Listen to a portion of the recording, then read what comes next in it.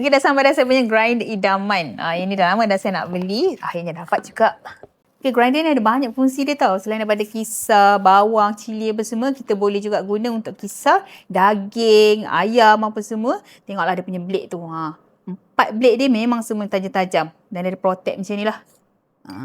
Getah ni guna dia untuk kita letak kat bawah ni. Jadi bila kita nak grind ataupun nak guna grinder ni, dia tak bergerak lah sebab ada getah kat bawah tu. Dia lebih melekat. So, dia punya blade ada 4. Dia tutup dia dan untuk motor dia pula dia ada 2 speed tau. Ini speed pertama, speed kedua. So, kita nak kisar lagi kuat, boleh tekan speed yang kedua ni lah. Cara nak guna dia, just letak blade ni. Kita tutup dan letak dia punya motor kat atas ni. Ini speed pertama. Dan ni pula speed kedua. Boleh dengarkan dia punya perbezaan motor itu memang ada satu slow. Yang ini lagi laju. Bila ada grinder ni senang kerja kat dapur. Kita nak kisar semua bahan boleh. Especially macam benda-benda yang keras macam daging, ayam semua tu boleh kita gunakan. Lagi-lagi nak raya ni kan. Senang kerja kita nak masak macam-macam nanti. Guna je grinder ni. Link dah ada saya sediakan kat bawah tu. Boleh tekan kat situ.